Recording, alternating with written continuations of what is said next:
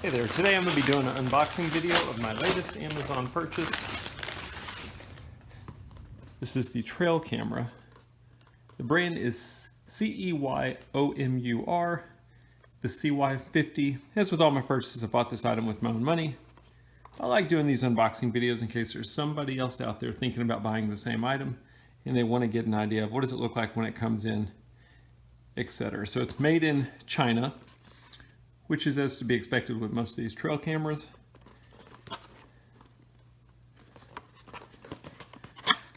Let's open it up and take a look at it. User manual, it's thick, but it's written in several different languages, so don't worry about it being too complicated. Let's take a look at the accessory box.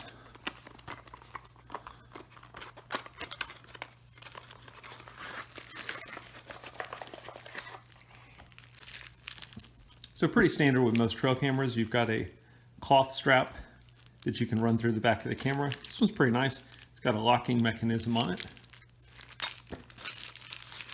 They also send you a metal arm that you can use instead of the cloth strap. You basically run this through the middle of it, and then you can use this to angle the camera any direction that you want to. They give you some mounting hardware for that as well. And then a cable. This would be so you can plug the camera into your computer and retrieve the images, as well as if you need to do any kind of firmware updates or anything like that. Now, you don't have to use this. You can also just pop out the memory card, but if you want to plug it in instead, that's what the cable is for. Let's take a look at the camera. Pretty nice. I like these that have the, instead of the whole thing opening, it's just a bottom door that opens. Takes a full-size SD card, doesn't take a micro SD card. For somebody like me with big fingers, it's a lot easier to use the full-size SD card versus the micro. It does take a solar panel.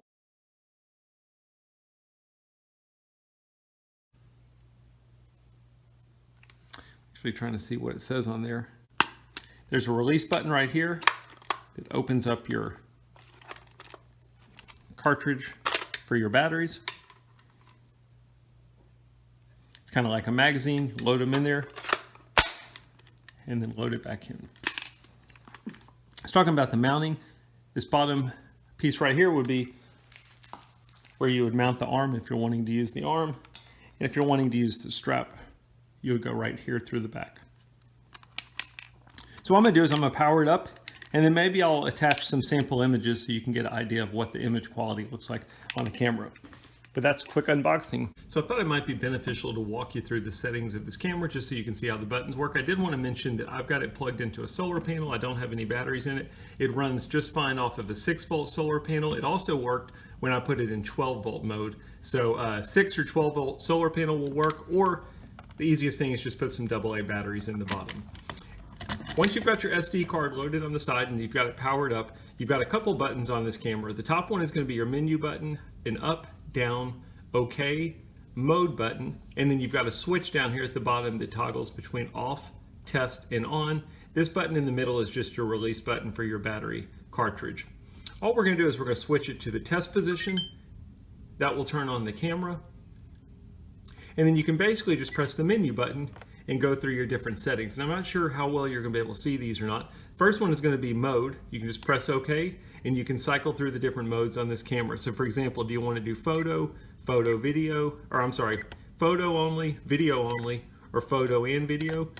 The buttons are nice and responsive. They're easy to touch and know that you're feeling them. It's no kind of touch screen, anything like that. Once you've got it to the setting you want, just press OK, and then you're going to cycle through the next ones. Again, now I'm on photo resolution.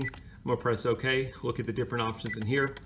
Did want to mention, I should have mentioned it during the unboxing, this is a 20 megapixel camera, but you can also set it on 16 megapixel, 14, 12, all the way down to 1 megapixel. The reason you would want to do that is the higher the megapixel, the better your picture quality, but also the more space it's going to take up on your memory card. So you'll just set this to whatever you want. I'm going to set it to 20 megapixel. And then we'll just go through some of the other things. I'm not going to show you all of these. Photo series would be when the camera gets triggered, how many pictures do you want it to take at a time? I'm just going to leave it on one. Photo resolution is what quality do you want your videos? 1080p is the highest. Video length. If you're doing video, what amount of time do you want the videos to record? You can do 60 seconds, 10 minutes, 5 minutes, or 3 minutes.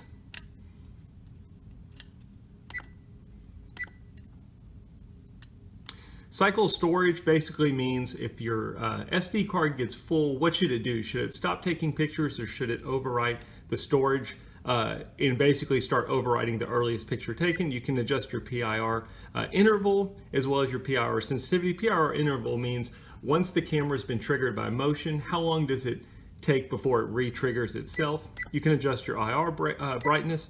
You can do target recording, which basically means you can have the camera operational only at certain times of day. You can do a time lapse, which basically means it's going to turn off motion and instead it'll just take a picture at a certain time, at a certain interval, whatever you set up every day. You would use that on something like watching a flower blossom, maybe watching a construction site, doing something like that. That's what a time lapse would be. You can adjust your language, you can adjust the date format, you can set your date and time, serial number, temperature unit. Do you want it in Celsius and Fahrenheit, your temperature display? Do you want the beep noise every time I press this button? Do you want that on or off? Do you want sound recording on the videos? You can turn that off. You can turn off your timestamp. Oops.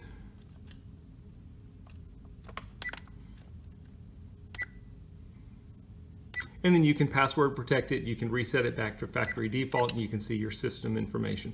Once you've got it set the way you want, all you're gonna do is press the mode button again to get out of it, and then you're gonna switch this from test to on, and that'll basically trigger the camera. You'll see that it's gonna trigger itself in 5 seconds. Very simple. I like the buttons on the side. It's not overly complicated. I hope that helps as far as showing you some of the different settings and how it works.